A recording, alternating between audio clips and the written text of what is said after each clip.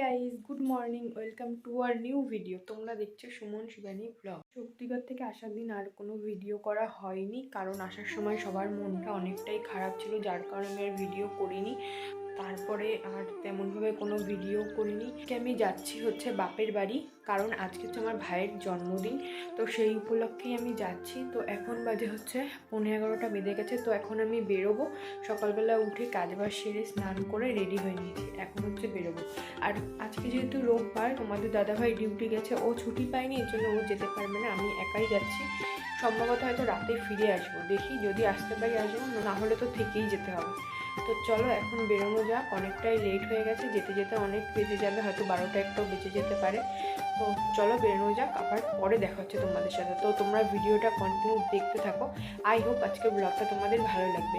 আর হ্যাঁ, আমার ভাইয়ের যেহেতু বার্থডে, তোমরা একটু সবাই হ্যাপি বার্থডে কমেন্ট করে দিও, তাহলে আমার অনেক ভালো লাগবে। তো চলো আবার পরে দেখা হচ্ছে। এখন হাবড়া নেমে চলে এসেছি নিয়ম মোড়ে, তার এসে কেক দেখছি যে কোনটা নেব। তো দেখা যাক কোনটা নিই। সবাই ঘরে ঢুকলাম, এখনো ড্রেসও ছাড়িনি, এখন ড্রেস ছাড়বো, তারপরে রান্না করব। ভাই মাংস এনে রেখেছে, তাই মাংস করবো। তো চলো আগে ড্রেস ছেড়ে তারপরে আবার দেখা হচ্ছে তোমাদের সাথে। ড্রেস ছেড়ে মাংস রান্না হয়ে গেছে, আর এখন একটু পায়েস বসিয়েছি।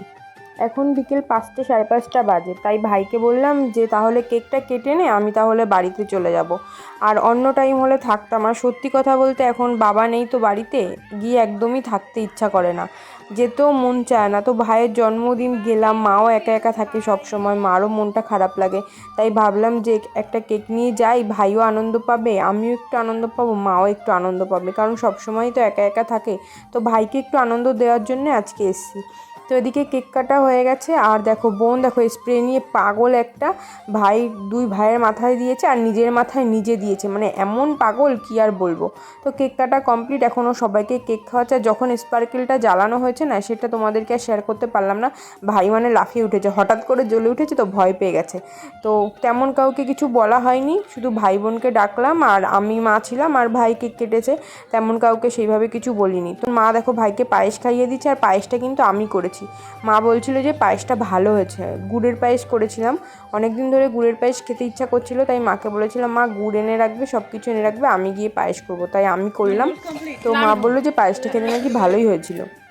এই যে সবাই বাড়ি ঢুকলাম, আর শরীর একদমই দিচ্ছে না, যেহেতু সকালবেলা উঠে গেলাম, আবার গিয়ে একটুখানি 3-4 ঘন্টা থেকে আবার চলে আসলাম, আর একদমই ভালো লাগছে না, চোখ মুখ দেখে বুঝতেই পারছো।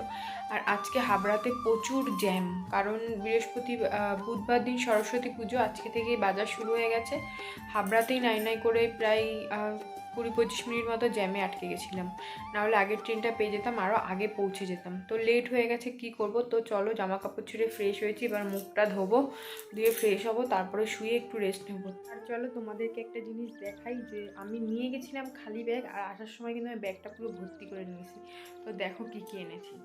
কেক, এই যে কেক হচ্ছে এখানে হাফ খেয়ে রেখে গেছে তোমাদের দাদা, এর ভেতরে একটা রয়েছে, এখান থেকে খেয়েছি, একটাতে ধরেনি বলে এটাতে করে নিয়েছি, আর বাড়িতে কৌটো নেই, যার কারণে এটাই এনেছি।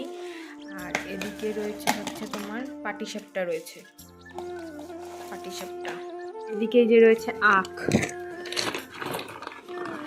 এদিকে রয়েছে বাড়ির দয়া কলা, মানে যেটাকে বলে বিচি কলা।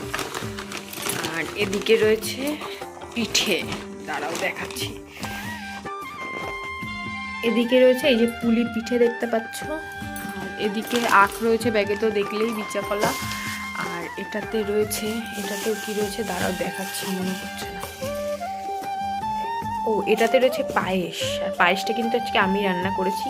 তো সেই ব্লগটা তোমাদের সাথে শেয়ার করতে পারিনি, কারণ ক্যামেরা ধরার লোক ছিল না, আর একার পক্ষে আমার দ্বারা সম্ভব হয়নি, তার জন্য তোমাদের সাথে শেয়ার করতে পারিনি।